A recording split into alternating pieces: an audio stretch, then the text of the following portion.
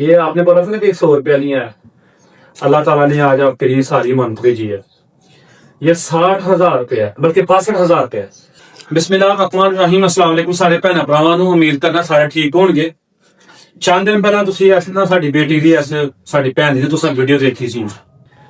ਇਹਨਾਂ ਦੇ ਮਾਤਾ ਸਾਹਿਬ ਫੌਤ ਹੋ ਗਏ ਸਨ ਕਰੋਨਾ ਦੇ ਵਿੱਚ। ਅਰਬ ਮੁਮਾਲਕ ਹੁੰਦੇ ਸਨ, ਤੁਹਾਨੂੰ ਪਤਾ ਹੈ ਉਹਨਾਂ ਦਿਨਾਂ ਵਿੱਚ ਫਲਾਈਟ ਵਗੈਰਾ ਨਹੀਂ ਸੀ ਨਾ, ਤੇ ਉਹਨਾਂ ਦੀ ਮਈਅਤ ਵੀ ਨਹੀਂ ਆਈ ਤੇ 15-16 ਦਿਨਾਂ ਬਾਅਦ ਜਾ ਕੇ ਉਹਨਾਂ ਦੀ ਮਈਅਤ ਨੂੰ ਉੱਥੇ ਦਫਨਾ ਦਿੱਤਾ ਗਿਆ ਸੀ। ਫਿਰ ਬਾਜੀਆਂ ਨਹੀਂ ਕੰਮ ਕਰਦੇ ਸਨ ਕਿਉਂਕਿ ਉਹ ਸ਼ੋਹਰ ਫੌਤ ਹੋਏ, ਘਰ ਵਿੱਚ ਕ੍ਰਾਈਸਿਸ ਆ ਗਏ। ਇਹ ਲੋਕਾਂ ਦੇ ਘਰਾਂ 'ਚ ਕੰਮ ਕਰਦੇ ਸਨ ਤੇ ਫਿਰ ਇਹਨਾਂ ਨੂੰ ਸ਼ੂਗਰ ਤੇ ਇੰਸੂਲਿਨ ਲਗਾਉਂਦੇ। हाँ थोड़ी देर में फिर गोली शुरू करेंगे। इंसुलिन वगैरह लगाने ना पैर च ना जख्म हो गए सन। ਸ਼ੂਗਰ ਵਾਲੇ ਮਰੀਜ਼ ਨੂੰ ਜ਼ਖਮ ਹੋਈ ਤਾਂ ਛੁੱਟਦੇ ਨਹੀਂ, ਤੇ ਉਹਦੇ ਵਿੱਚ ਵੀ ਕੰਮ ਨਹੀਂ ਕਰ ਪਾ ਰਹੇ। ਸਾਡੀ ਇਹ ਬੇਟੀ ਹੈ 14-15 ਸਾਲ ਉਮਰ ਹੈ ਜੀ, ਤੇ ਫਿਰ ਹੁਣ ਇਹ ਕੰਮ ਕਰਦੀ ਤੇ ਇੱਕ ਸਕੂਲ ਦੇ ਅੰਦਰ ਕੰਮ ਕਰਦੀ ਸਫਾਈ ਦਾ ਨਾ, ਹੈਲਪਿੰਗ ਦਾ ਨਾਲ, ਤੇ 10,000 ਰੁਪਇਆ ਤਨਖਾਹ ਮਿਲਦੀ ਉੱਥੋਂ। ਤੇ ਮਕਾਨ ਕਿਰਾਏ ਦਾ ਕਿੰਨਾ ਕਿਰਾਇਆ ਸੀ ਭਾਜੀ?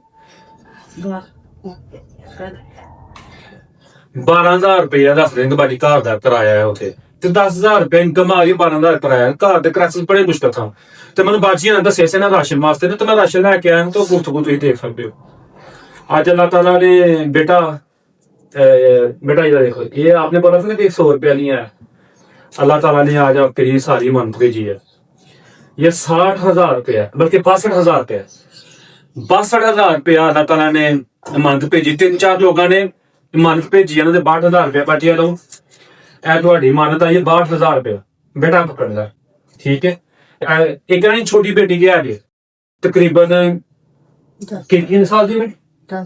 10 ਸਾਲ ਦੀ ਬੇਟੀ ਦੇ ਕੇ ਰੈਡੀ ਬੇਟੀ ਹੈ। ਇਹਨਾਂ ਦਾ ਬੇਟਾ ਕੋਈ ਨਹੀਂ, ਹੋਰ ਇਹਨਾਂ ਦਾ ਕੋਈ ਸਹਾਰਾ ਨਹੀਂ। ਇੱਕ ਭਾਈ ਨਾ 15,000 ਰੁਪਏ ਮੇਰਾ ਦੋਸਤ ਸੀ ਬਾਰਡਰ ਏਰੀਆ ਚ ਪਲਾਟ ਸੈਕਟਰ ਤੋਂ ਨਾ, ਉਹਨਾਂ ਨੇ ਰਾਸ਼ਨ ਬੈਗ ਬਾਜੀ 15,000 ਰੁਪਏ ਕਰਿਆ ਸੀ ਤੁਹਾਡਾ ਨਾਲ, ਤੁਹਾਡਾ ਰਾਸ਼ਨ ਬੈਗ ਹੀ ਆ ਗਿਆ ਨਾਲ 15,000 ਰੁਪਏ ਦਾ ਦੇਸ਼ੀ ਆਪ।